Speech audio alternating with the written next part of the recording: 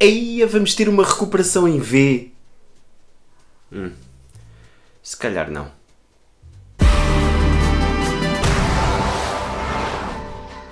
Olá, bem-vinda, bem-vindo ao Tiago Matos Empreendedorismo, o seu canal de empreendedorismo e de independência financeira em português, daquele que todos percebemos. Em 2020 há duas coisas que não estaríamos à espera. Uma, deste novo coronavírus e da doença Covid-19, que nos tem atrapalhado toda a vida profissional e pessoal ao longo dos últimos meses, mas também de estarmos a discutir o futuro da economia, o futuro da sociedade por letras. Já reparou que hoje a discussão é se vamos ter uma recuperação em V, em W, em L?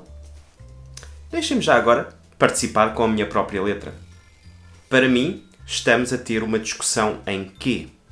Andamos à volta dos problemas e provavelmente iremos cair num precipício do qual muitos ainda não se aperceberam. É um pouquinho sobre isto que quero ter uma conversa consigo hoje e dar-lhe a minha perspectiva sobre o porquê de não irmos ter uma recuperação em V. Queria, nesta reflexão, partilhar consigo 3 pontos importantes para sustentar esta minha afirmação. O primeiro ponto tem então a ver com a questão da quebra económica e do desaparecimento de muitos e muitos negócios. A médio e longo prazo, o fator de crescimento mais importante para uma economia, seja ela europeia, asiática, africana, sul-americana, norte-americana, onde você quiser que ela se situe, é a produtividade dessa economia, os ganhos de produtividade nessa economia. Ora, a produtividade é um fator mais ou menos estável ao longo do tempo e que não tem grandes oscilações, grande volatilidade. Normalmente, numa economia, a produtividade cresce a um ritmo de 1, 2, 3% ao ano e não tem quebras, ou seja, o conhecimento, o know-how sobre como fazer alguma coisa não retrocede face a anos anteriores. O conhecimento que nós vamos adquirindo não vai desaparecendo com o tempo. Quanto muito, vamos acumulando novo conhecimento, atualização desse conhecimento, desses procedimentos, desses processos em cima do conhecimento que já tínhamos e é com base neste mecanismo que então a produtividade vai crescendo ao longo do tempo. Penso que, dito isto, será mais ou menos óbvio para todos que se estamos a perder postos de trabalho, se muitas atividades económicas estão a encerrar e vão continuar a encerrar, apesar dos estímulos dos vários governos a nível mundial, então custa-nos um pouco a perceber que conseguiremos ter mais economia ou a recuperação da economia que tínhamos, por exemplo, antes do coronavírus, tendo menos entidades a produzir, tendo menos gente no mercado de trabalho efetivamente com emprego e numa posição ativa na economia, por assim dizer, e ainda assim consigamos manter os níveis, os indicadores económicos que registávamos antes da pandemia. O modelo económico, sobretudo ocidental, prende-se muito com uma lógica de estreitar dos custos, estreitar das margens de venda para que se consiga ter um preço competitivo e, portanto, a concorrência e a competitividade nas economias ocidentais, sobretudo, é muito baseada na questão do preço final ao cliente. Ora, neste contexto, muitos negócios não sobrevivem com quebras de vendas na ordem dos 40, 50, 60, 70 ou até 90, 90 e muitos por cento, como aconteceu, por exemplo, com o setor do turismo. Para que muitos negócios sejam viáveis, micro, pequenos, médios e grandes negócios sejam viáveis, nas várias economias mundiais, as suas vendas não poderão cair mais de 10, 20 ou 30%. Ora, mesmo existindo uma recuperação nos últimos meses, como teria que ser assim, porque obviamente passarmos de uma situação de confinamento em que basicamente grande parte do consumo não essencial pelo menos desapareceu para uma situação em que a economia recupera um pouco desse ganho, não nos vai trazer uma recuperação efetiva, sustentável, viável da economia, quer em Portugal, quer na Europa, nos Estados Unidos, onde quer que a possamos estar a analisar. Por exemplo, o setor do turismo o setor da restauração, precisa de ter pelo menos 70% dos seus espaços ocupados e a vender diariamente para que o negócio em si possa ser viável. É muito difícil imaginarmos que isso possa estar a acontecer. Por outro lado, quando você vê os números relativos ao desemprego, ao número de desempregados numa determinada economia, tenha atenção que muito provavelmente esse número é muito superior na realidade àquilo que é estatisticamente identificado ou apurado pelos vários governos, pelos vários institutos de estatística a nível mundial e a nível nacional.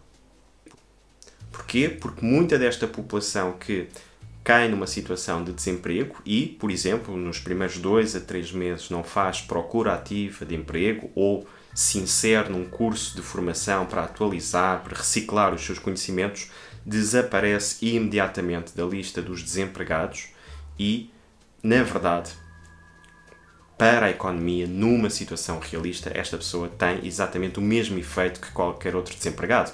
É uma pessoa, é um fator de recurso que a economia perdeu num determinado momento, independentemente do que as estatísticas digam.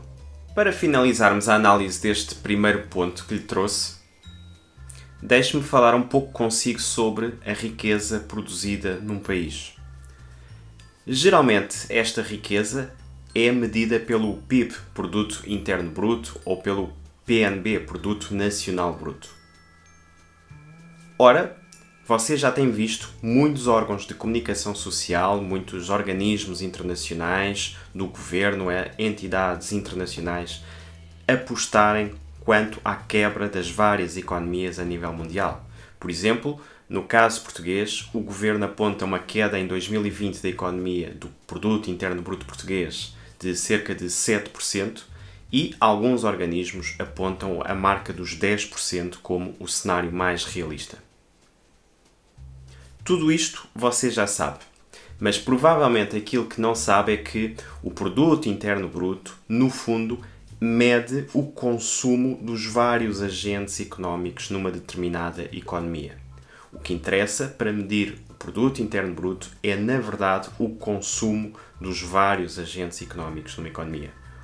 O setor privado, as famílias, as empresas, o consumo do Estado, a despesa do Estado, o investimento interno e investimento externo na economia portuguesa e, no fundo, o saldo entre as importações e as exportações ou os gastos feitos na economia portuguesa e a partir da economia portuguesa, por exemplo.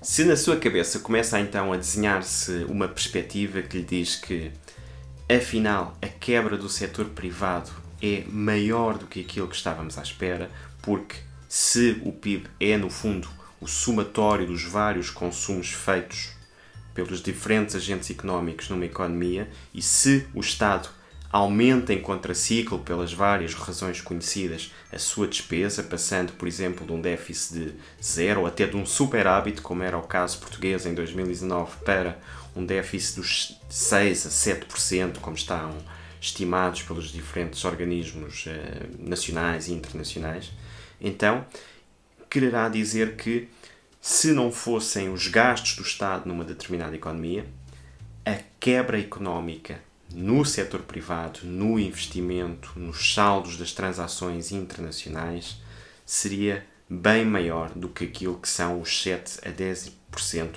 apontados para a quebra do PIB este ano, por exemplo, em Portugal. Se pensarmos que o Estado não tem como função produzir bens ou serviços numa economia, não tem como função gerar riqueza, gerar crescimento económico, então você irá perceber muito facilmente que, na verdade, a destruição do tecido económico, do tecido produtivo, com base nesta crise pandémica que estamos a viver, é muito maior do que o número do PIB efetivamente lhe diz. Bom, recebo indicações do meu editor, que por acaso sou eu, de que este vídeo está a ficar um pouquinho longo e, portanto, vamos guardar as outras duas variáveis, as outras duas perspectivas que tinha para partilhar consigo neste vídeo para outros 2 vídeos que vamos partilhar já nos próximos dias aqui no canal. Sendo assim, e se gostou de seguir este raciocínio, se não quer perder aquilo que estamos a fazer e que vamos continuar a fazer neste canal, não se esqueça, se é o caso, de subscrever aqui o nosso canal, se ainda não o fez, deixar-nos a sua força, com o seu gosto, partilhar com todos aqueles que considere importante receberem esta informação. E quanto a nós, vemos então num próximo vídeo. Até lá, muita força, bons empreendimentos, bons investimentos.